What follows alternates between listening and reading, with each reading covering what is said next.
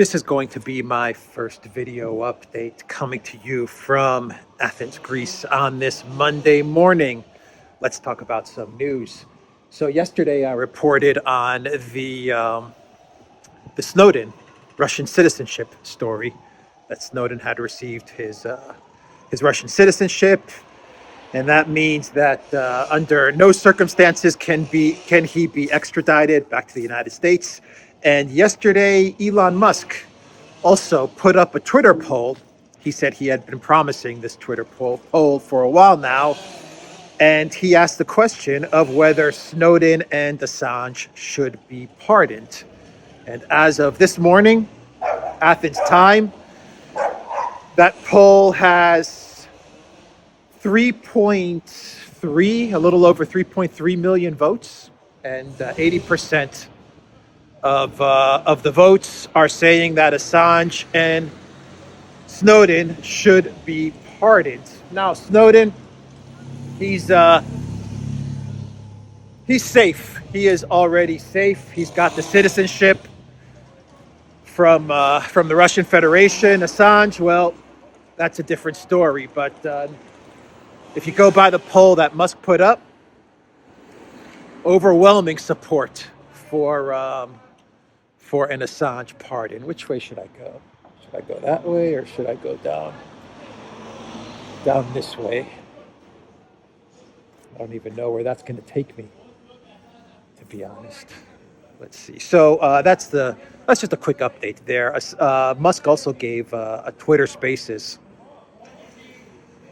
broadcast, audio cast, I guess, because Twitter Spaces is like an audio live stream, and there were like about a million people, I think, were listening in on this Twitter Spaces audio stream. And Musk made the comment that he's not suicidal, so if something happens to him, he didn't kill himself, in reference to like Epstein, and I think actually more in reference to McAfee, because McAfee kind of said the same thing when things turned bad for him, that he's not in any way looking to delete himself, to self-delete himself. And Musk said the same thing. He also said that he's not planning to do any type of open air events anytime soon, in reference to the fact that there are very powerful forces that want to take him out,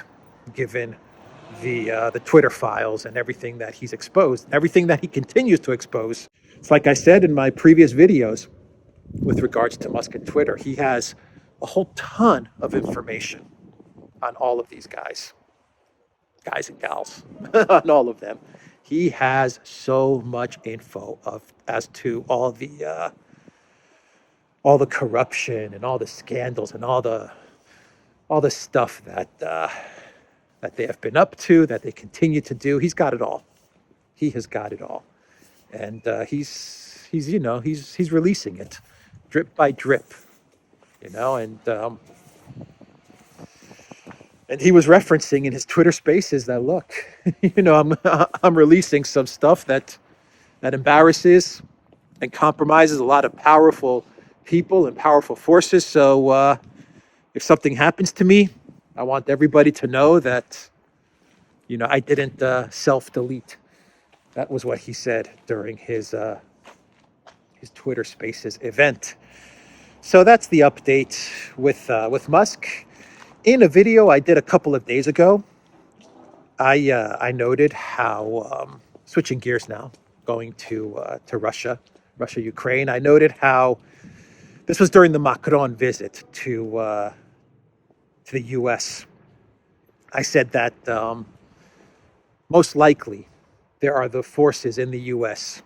that have come to the realization that they're not going to get regime change in Russia now, and their main goal, the goal of the neocons, the goal of the deep state of the Biden White House, is to manage the war, extend the war, make it last as long as they can make it last. Business is good. They're all making a lot of money. Keep the war going, but manage it, because you're not going to get the regime change that you were hoping for in Russia, or at least not the quick regime change that they went after. That was their goal in February, March. That was their number one goal. Let's get a quick regime change in Russia. Let's get Putin out, and let's get into Russia and start pillaging and balkanizing the country. Well, now you have a statement from, I think, the DNI guy, Haynes is what his name is. He made a statement over the weekend saying that that the whole regime change thing is over. That plan, the quick regime change plan, is done. That is a no-go. That is what this DNI guy said over the weekend, which just confirms to me that the collective West is moving towards a state of managing the chaos. That is what they're now looking to do. So I thought that was an interesting statement. Whether they're going to be able to manage the chaos, no, they won't be able to manage the chaos, but they think they can manage the chaos. They believe that they have the power and the ability to manage the chaos, and eventually their goal is their hope. The hope strategy is that you're going to get a regime change in Russia over time. You know, this will be some sort of Afghanistan event, and over the years, it'll cause so many problems for the Russian people and the Russian economy that eventually they'll get the collapse that they're looking for. Macron gave an interview to CBS News as he was in the United States visiting with Joe Bidenopoulos, Greece's favorite son. And Macron, he said this during his interview with CBS News. He said that relations between the United States and Europe have become out of sync amid problems in the energy sector. Let's not go down this way. Let's see if there's a way here to exit. Yeah, let's go down this way. So he said that to CBS News. He also said there's a big gap between the EU and the US due to the fact that Europeans buy oil and gas from the Americans. But prices for consumers in the US and Europe differ. For consumers in the EU, they are 6 times higher than for Americans. This affects the purchasing power and competitiveness of the two societies. Macron said, I want us to be allies. I want us to be friends. I want us to be partners. I want to cooperate with the US, but I don't want to be a dependent. This is what he told CBS News. But Emmanuel, little Napoleon, Jupiter, you fail to realize that you are a dependent of the United States. The minute you cut off all trade and all cooperation with Russia, you sealed your fate. You are a dependent of the US, and that is exactly what the US wanted you to become. This interview from Macron, this sudden revelation that, oh my God, we're now paying 6 times more for gas. How did that happen? How did that happen? How did we end up in the position where we're paying 6 times more for gas? I wonder how. This revelation from Macron is complete nonsense. If you believe that Macron has suddenly realized that by cutting off gas from Russia, that he suddenly realized that he's now going to be paying 6 times more for US LNG, and you buy into this story of, I didn't know, I had no idea. Well, what do I have to sell you? Okay, I've got a red Greek scooter to sell you if you buy into that. This is complete nonsense. This is Macron giving an interview to CBS so that it can make it seem, so that it can appear that that Macron is just as shocked with the price differences in LNG as all EU citizens. He's just as shocked. He's just as godsmacked. Who could have seen this coming? That's what this interview is about. This is Macron playing stupid, in other words. It's Macron playing stupid, and he is hoping that EU citizens will buy into it. Don't remove me. Don't blame me. Don't vote me out. How was I going to know that that placing sanctions on Russia and cutting off Russian gas would lead to Europe being subordinate to the U.S. and having to pay 6 times more for American LNG? Who could have seen that one coming? That's what this interview is about. It's complete bollocks. Complete bollocks. So the oil price cap that has come into effect today, Monday, December 5th. So that is now come into effect. Who are the big winners from this oil price cap? Well, many analysts believe there are 2 winners from this EU policy to place a $60 oil price cap on Russia. The one winner, according to analysts, the one group of winners are the other OPEC plus countries that are now going to start to fill in the gaps of the market. They're going to be the big winners. And the second group of big winners are going to be countries that are friendly towards Russia, because those are the countries that are going to strike deals with Russia. India and China come to mind. Those countries are going to strike deals with Russia, and they are going to resell the oil back to Europe, and they're going to fill the market in the market needs, the market demands in that way as well. So 2 big winners: the OPEC plus partners of Russia and the countries that are friendly towards Russia, that are going to buy this oil, refine it, mix it, sell it back to Europe at hefty profits. India and China are the 2 big ones that come to mind. And we do know that India and China and Turkey as well, they are buying a ton of Russian oil. And the Russians, on their part, there are reports that Russians have all kinds of tankers ready to go as well to get the oil out into the market, to get it to where it needs to go. And any problems with insurance and stuff like that, that's going to get solved. That's going to get ironed out. The market will figure out a way to solve that as well, because the opportunity to make money from this is it's too great. You can't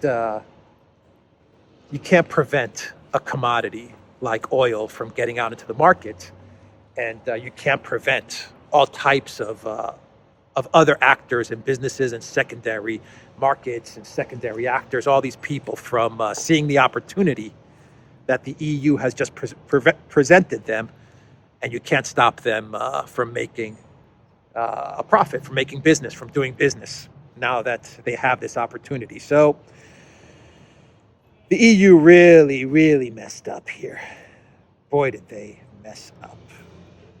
So that is just an update with the oil price cap. Actually, OPEC did meet yesterday, and they decided that they are going to stay on course with I think it's a 2 million barrel a day cut that they put in place in October.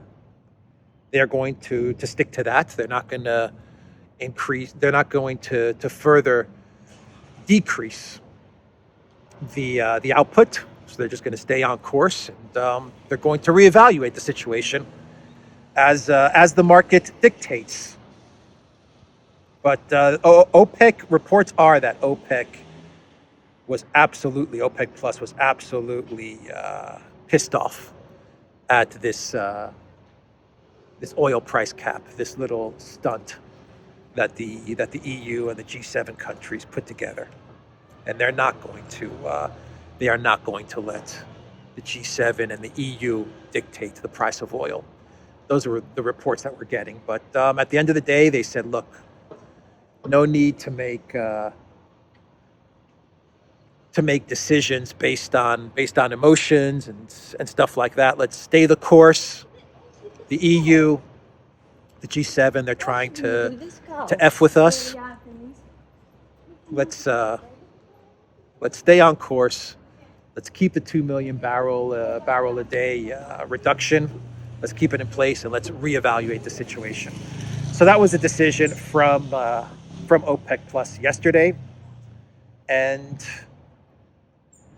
I'm trying to think what else. I'm doing a lot of updates now this morning. Just kind of doing a lot of updates as to what's going on. Let's see what other news I may have. And I do have a clown world today. Absolutely do I have a clown world today. Let's see, Trump issued a statement over the Twitter files. Okay, I think we all understand Trump's position there. Trying to think, do I have a quote? They're really going after Matt Taibbi, by the way, the Collective West jackals in the mainstream, the Collective West mainstream media jackals. They're really going hard after Matt Taibbi. You know, they're going after the messenger, is basically what they're doing. But that was expected. I think Matt Taibbi expects that. I think everyone. That should be no surprise that they're going after him. But Trump wrote on Truth Social. He wrote, so with the revelation of massive and widespread fraud and deception, all caps, in working closely with big tech companies, the DNC and the Democrat Party, do you throw the presidential election results of 2020 out and declare the rightful winner, or do you have a new election? Trump wrote on Truth Social. So that is the statement from Trump. To be expected, but I mean, I understand why he brings up the election 2020, but you know, Trump, okay, put out this statement, you know, vent your frustration and your anger, get it out. But from now on, if I was advising Trump, I would say, let Elon do what he's going to do. Let Matt Taibbi release what he's going to release. Comment on it, but start looking forward to 2024. You know, stay on message. And your message should be how the Biden White House is running the United States into the ground. Comment on the releases from Musk, but stay on message and talk about the things that matter to the American people, because you have a lot of material to work with if it means going after Biden. A lot of material to work with. So I think I will leave the video there. I see this headline from RT. The EU must take action against the US, according to von der Leyen. Yeah. So von der Leyen is also talking about this unfair advantage that the US now has. This unfair advantage that just suddenly came about. How did it come about? Did we do anything to give the US an unfair advantage over the EU? And now von der Leyen is talking about how the EU needs to take action. That's a quote. The EU must take action and step up aid to its own companies because of the US subsidies to the green industry, and to try and woo EU companies over to the United States now that the European Union has been deindustrialized. How did that deindustrialization happen? How did all of this happen, von der Leyen is asking. What have we done? How did we end up in this situation? We must take action now. And the Inflation Reduction Act. Despite its name, a $738 billion spending package that allocates $391 billion towards green energy and climate-friendly industry projects, including $270 billion in tax incentives. Initially lauded by liberals on both sides of the Atlantic, von der Leyen now sees the act as a threat to Europe's industry. So her proposition is trying to figure out ways to throw money at green energy companies, the green industry in the EU to compete with the US, as if the European Union has the firepower or is in a position to compete against the United States. And it's really interesting how all of this was brought about and all this money being invested in green energy and renewables and the green industry. It's really interesting how the US and the EU, now we've been maneuvered into this position where the conversation is not about heating homes and getting hot water. The conversation is now about how the US, through the IRA Act, the Inflation Reduction Act, how they're now going to be stealing away green business from us. So now we've got to give the green businesses, the green industry, the green agenda more money. So the US is going to be giving the green agenda more money. We've got to now also give them more money. And how is that? How is all of this going to solve the current plight, the current problem of European citizens?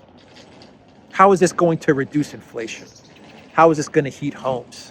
How is this going to power up factories? How is this going to make factories and businesses competitive on the world stage? It's not. What you're seeing is they've engineered another way to pour more money into the green agenda and into renewables, which they all have a piece in, and which is going to enrich them and their oligarch class buddies even more. And the best part about renewables, the best part about this green industry is that it's pie in the sky stuff. You don't have to really produce results. Yeah, we're going to get the results in 20, 30 years, but let's just funnel as much money as we can get, as we can conjure up. Let's just funnel all the money now into these industries. And let's keep it going, more and more money. Let's keep on printing that money and giving it to these industries, which don't really have to produce anything concrete for the next 10 or 20 years, because this is all, this is all part of the ideology, right? The utopia that we promise to deliver in the future by 2030 or 2040 or whenever Klaus Schwab tells us. All part of the wonderful Great Reset, which is coming.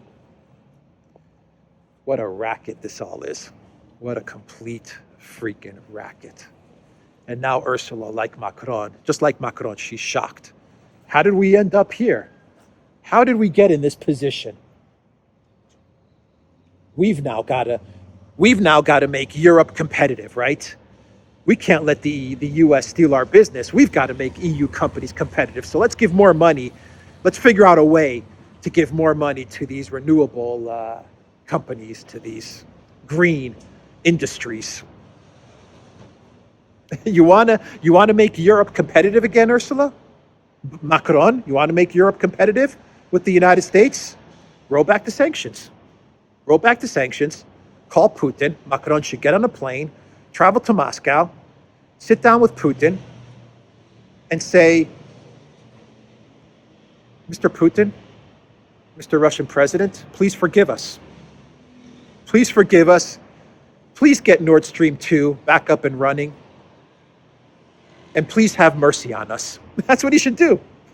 Please give us that cheap gas again so that our industries can start to compete again. I mean, if you really want to help Europe, if you really want Europe to be competitive, that's what you do. You roll back the sanctions and you beg Russia for mercy. That's simple. But they're not going to do that. They won't do that. Look at that cat staring at me through the window. They won't do that. And now they figured out another way. They figured out another way to get more money into their green grift. And they're shocked. Ursula's shocked. How did the US do this to us? How could they have done this to us? How are they screwing us like this? I can't believe this at Macron. I thought we were friends. I thought we were buddies. How did this happen? I just want to be friends with the US. I want us to be equal partners. I can't believe they're doing this to us. The outrage. Why are we paying 6 times more for LNG? How did this happen? People of Europe, I'm just as shocked as you are. I'm just as stunned as you are. What a joke, man. What a joke. Anyway, let's do a cloud world here. And this cloud world is about keeping warm. That is what this cloud world is about. And let me pull it up here. And I think this is from the UK, if I'm not mistaken. I believe it is the UK. It's talking about warm banks. Warm banks. It is from the UK. The email is partnerships@thh.org.uk. People in the UK, what is THH? I don't know. I found this on Telegram. And Tower Hamlet Homes. That's what it is. Tower Hamlet Homes. Warm banks. Pop down to a warm, friendly center near you and meet neighbors over a hot drink / refreshments. And they have all of the warm centers. All of the warm centers, I guess, throughout the UK. And I guess the whole idea is that we should be looking at the lack of warmth in our own homes as a kind of a blessing in disguise.